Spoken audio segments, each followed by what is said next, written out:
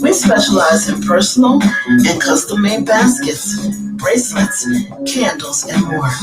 So when you're looking for that perfect gift or just need a custom arrangement, don't hesitate to contact Lady T's Elegant Creations, where everything is handcrafted with love.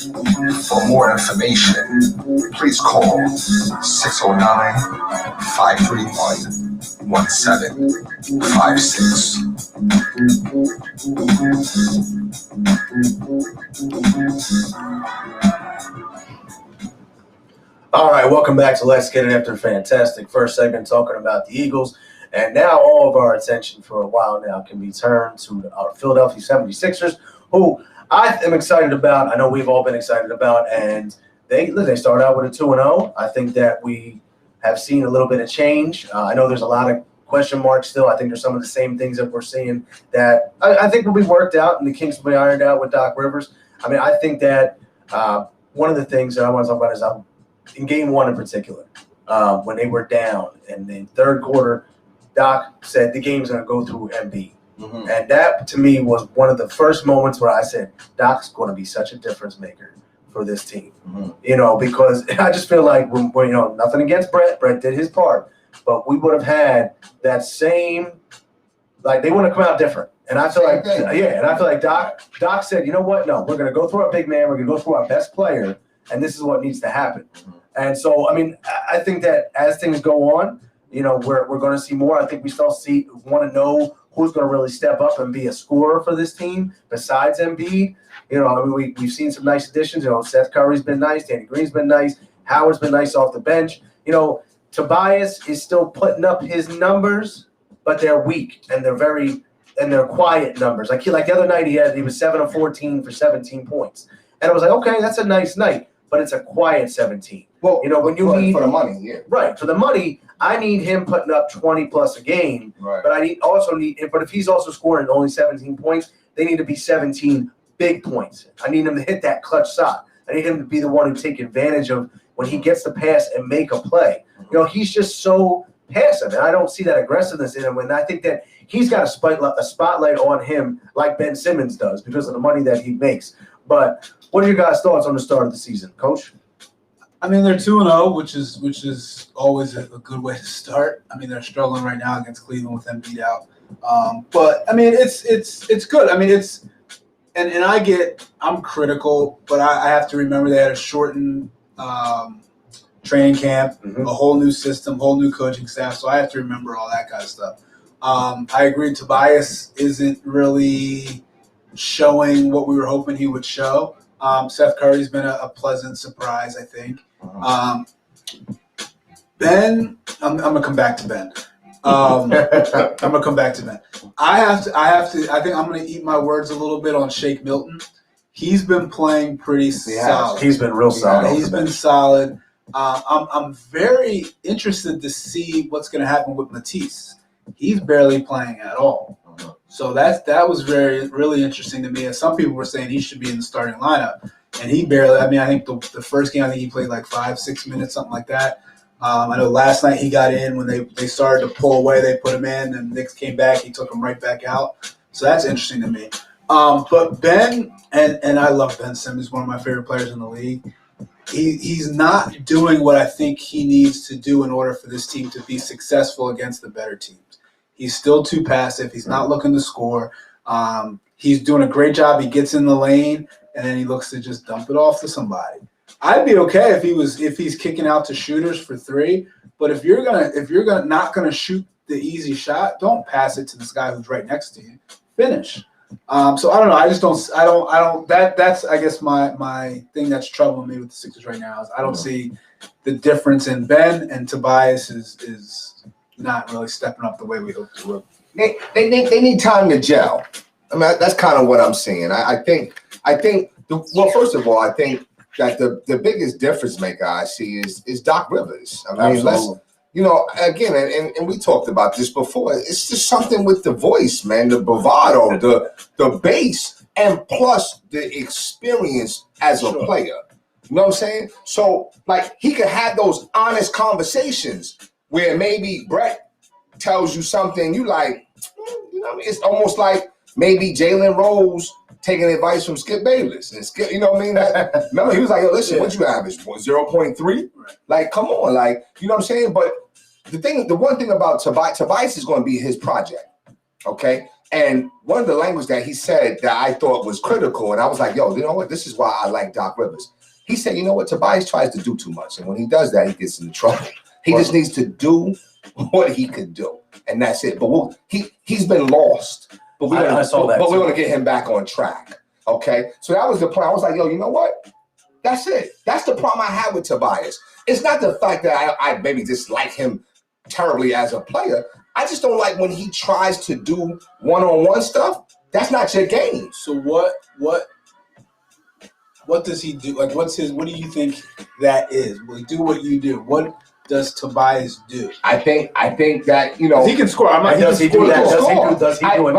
I think you want him to be, you know, 22 to 25 points a game. Well, that's not us. Here's the problem, though. I don't think that's him. Everybody is looking at him and saying, "You got this money because you got paid like right. Right. You got paid that way. Right. If he was making less money and giving us 17, 18 a game, you wouldn't have a problem with it. It's interesting. I saw on social media the same thing. We talked about that before, about how Tobias and Carson are very similar.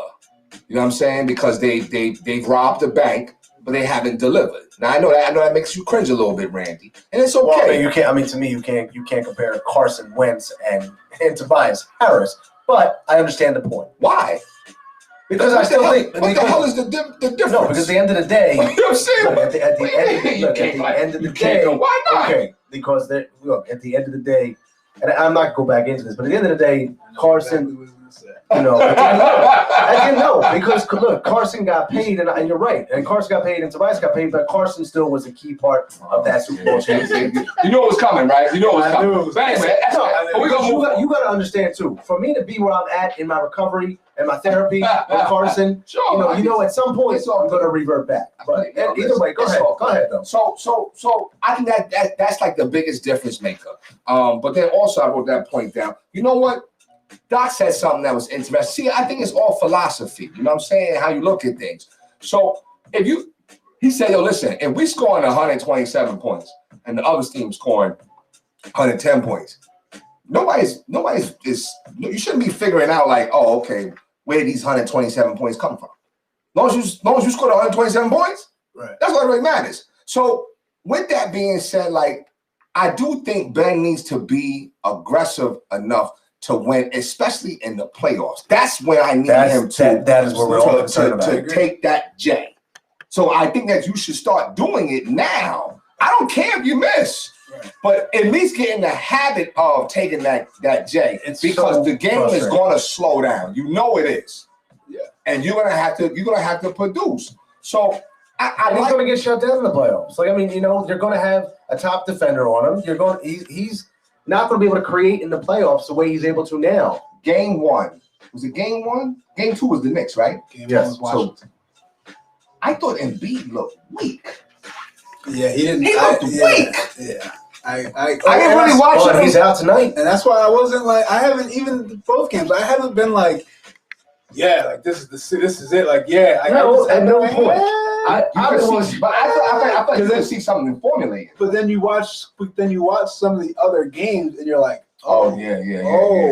Especially, Well, that's what I was going to get. So, like, yeah. That's what I guess has me concerned. Well, that's what it is. When you look at, and we talked about already, you know, where we thought the Sixers ranked as far as in the conference goes, and you look at around the league, and you're like, wow, you know, Brooklyn in particular was a team that really was eye-opening. I mean, Kyrie and KD went off the other night. Right. You know, you still got Boston and solid. I sold on them like that. I mean, I still okay. You know what I mean? You know, but I think with the Sixers, and this is my final point on that. I think it reminded me of what LeBron said. Was that 28? Well, he was still in Cleveland 2018, right? That's that last year Kyrie was gone. He picked up 2017, 2018. Yeah, he picked up Isaiah Thomas and all that. So one of the things that he was very frustrated about, he's like, yo, we need another playmaker. And I was like, well, what do you need a playmaker for? But I was like, okay, I understand somebody that can create off the dribble, they can break the defense down, whatever. Maxi's that dude.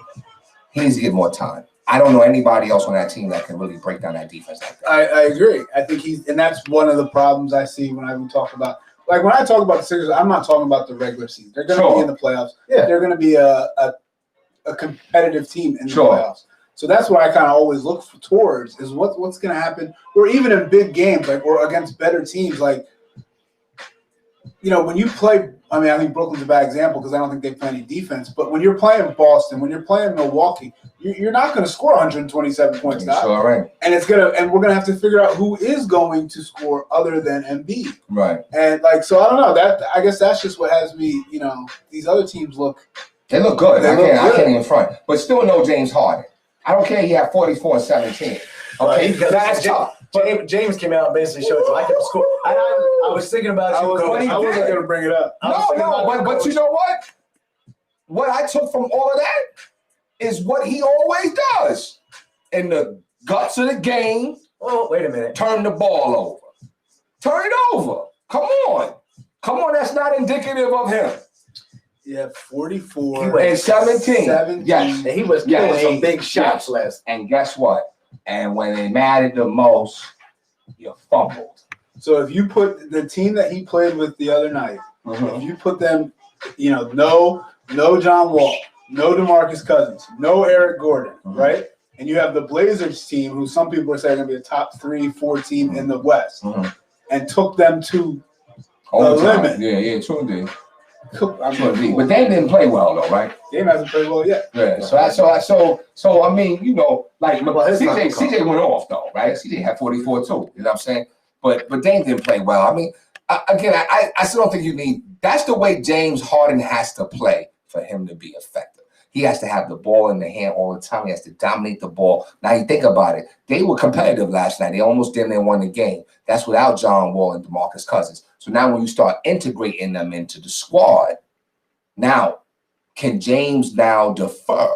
Yeah, I don't think in that game, if those guys play, he has 32 and 10. Okay. So I think at the end, and I'm not saying I want James Harden. I just think people are disrespecting. I think the disrespect of James Harden right now is crazy. Right. He's one of the top players in the league, no matter where he plays. Playing James Ball. We can't say the jury's still out on where no matter where he plays. Because we only see them play in OKC. He was a 6-man. Okay, he wasn't one of the top players of the league. At that time, he wasn't. But then he developed into that. Because he developed when he was young. He developed into that. So we haven't seen him like with LeBron, right? So when LeBron was in Cleveland, the jury was still out. You knew he was going to be nice in Miami, but the jury was still kind of out. Was like, okay, are you that dude like that? And he was scrutinized heavy when he first went to Miami. You know what I'm saying? He's scared to shoot the free throw, scared to do this, blah blah. So I think it's just I want to see James in another situation. And I don't think I don't think you're going to be happy with the results. Well, I don't think. First of all, I don't think he's coming here. I think that ship has sailed. And he don't want no smoke with Boogie Cousins. No, nobody. Right. Nobody really wants to smoke with Boogie. That's all I'm saying. But I mean, when you look out west, you talked about the Blazers. I mean, you have to touch on how good the Lakers have looked. They look like they're ready to just run it back again. I mean, the other night when Harrell and Schroeder went off, that was crazy. Like, wow. Like, they are so deep. It's scary. And I mean, and LeBron hasn't even started playing. That's what I mean. LeBron's sitting there just kind of chilling. And that's the thing, though. When they can do that and they can and they brought these guys in knowing we're spending the money not only for their talents, but we're spending the money because it lets LeBron rest his talent for when it really matters. Sure. And that's what's so key about it. And you look at it, and at no point has he really had to step up and be the man. He still puts up nice numbers. But when he's able to kind of, just coast and know that, I can be there, come playoff time, Lakers are going to, in my opinion, Lakers are on the road to potentially putting up another banner. I mean, there's no question. Yeah, I mean, You think they go back to back? I don't know. I don't see who stops it. Yeah, I mean, especially when you got two guys like that you add to the team. Nobody's shown it yet. True indeed. Like you said, you had to eat your words about Shake Milton, right? I have to admit, I got to eat my words about KD. Now, I'm not no KD fan. Yeah. I'm not. I can't. I don't like dude. I don't. You know what I'm saying? Just because I just don't respect what he did. You know what I'm saying? Sure. But I was watching the preseason game with him in Brooklyn, Brooklyn and Boston. And I was like, damn. Well, and you just see what he did the other night too. I saw that too. I was like, damn, he looks good. And then on top of that, the fact that it's a New York team, and you know how I've had to forgive them. We've had to come to peace. So you know what I mean. But I still don't like the shenanigans between like with the interview, right? Like that was whack, right? Like come on, like you a grown man, like yo, you played it right when your man was. You know what I mean? Like your man was like, nah, I'm releasing a statement, but yet you was out there talking about your first game and this and that. But then now when people chastise your man, like, come on, man. Now you want to do the same thing? Like that's showing, I guess that's showing loyalty. I don't know. I mean, I don't know. I mean, but I'm rooting for them. I have to eat my words about that because that boy is a bad dude. No, he is. That's I mean, a bad dude. What I think what makes him so good too is obviously his versatility and how he can score, but it's just his efficiency too. That's what makes it right. You know, like he'll put up 31 points on like 14 shots. Like it's craziness. You know, it's crazy. And be going like not 10 for 14. Right. And like they're going to be tough. They're going to be super tough. I think the what it's going to come down to with them is they don't play any defense. They don't have anybody on that team that's a lockdown defender. KD's probably their best defender, which is going to be tough. You know, when you get in the playoffs, you know, when KD's got to do both, right? You know, that's going to be tough for them. But they can score at anybody, like that. Like I don't know how, you know, going back to the Sixers, how do the Sixers score with them?